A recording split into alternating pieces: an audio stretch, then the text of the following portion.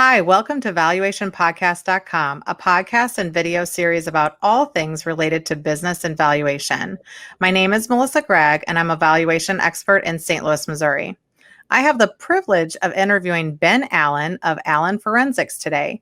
He's a forensic investigator and certified fraud examiner in Dallas, Texas. And we will be discussing third-party fraud and tips on how to prevent identity fraud in this podcast. Welcome, Ben. How deep does this go? Like, why should I even care about third-person fraud or identity theft if I'm doing all the things I need to try to prevent it? Okay, awesome. So let's first talk about how this fraud is being carried out. Yeah. So there are several data broker websites all over the place, right? You have advancedbackgroundchecks.com, you have White Pages, you have Truth Finder. Now, all of these websites contain basic personal identifying information about you and I. And so when these fraudsters go on there, they get those basic information, and then they go to the dark web to use that to harvest other corresponding data about me. They can also get the information by driving to a nice neighborhood.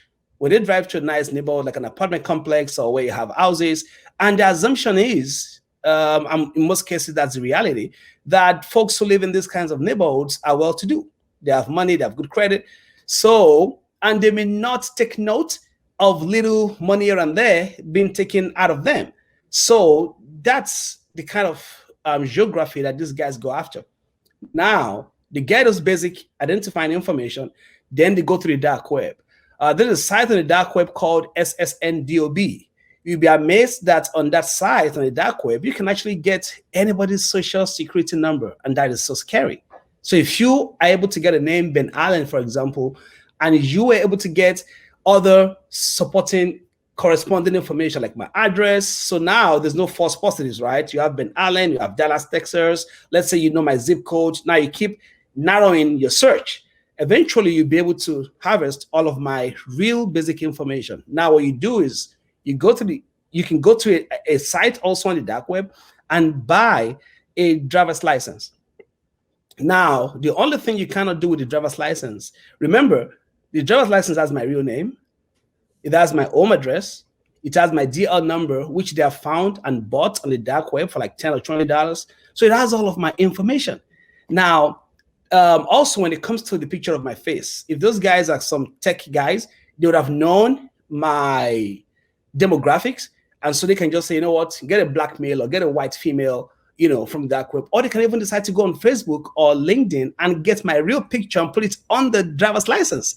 Now, the only limitation this driver's license will have is the inability to board a plane. Because when you get to the airport, the TSA folks will be able to detect that it's fake. But if you were a guy that works as a picker, right, for a ring of guys that move money, use people's credit cards to buy things all over the place, they usually need a picker.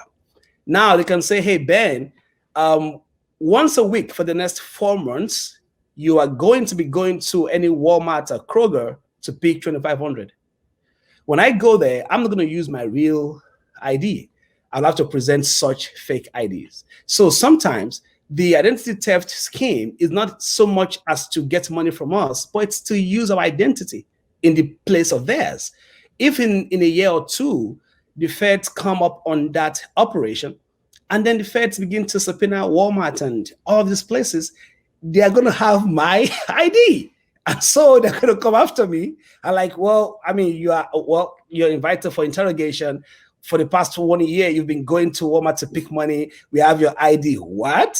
And then even though you may come out of it eventually, well, you should come out of it eventually, but think about the mental stress. Think about the shock.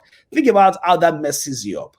That really does mess you up a big time. So these guys can use that same driver's license to open bank accounts. And what they're doing at this time is they go to the banks with a hat and a mask. So they always look like robbers, right? But they dress into the banks and they open accounts in the names of people. I had a PI call, a private investigator called me from Florida to collaborate on a case he was working on.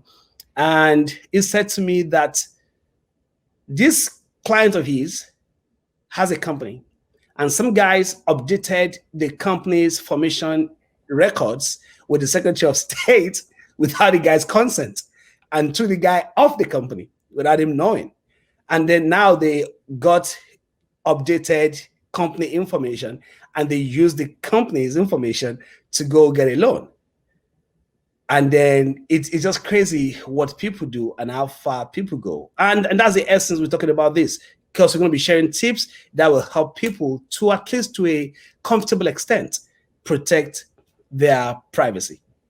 Well, and I think that, people don't understand how easy it is to get information. I think, it used to, sometimes every week you could get an email from a big company that says, sorry, we had a data breach. Your information could have been removed or in the wrong hands. You should change your password or things like that. But the reality, and I don't think that they really know how prevalent this is. And in some cases, I think when, I've done a lot of forensic work, you've done we become a little desensitized to it. Like, I just assume that everybody can steal my information at all times.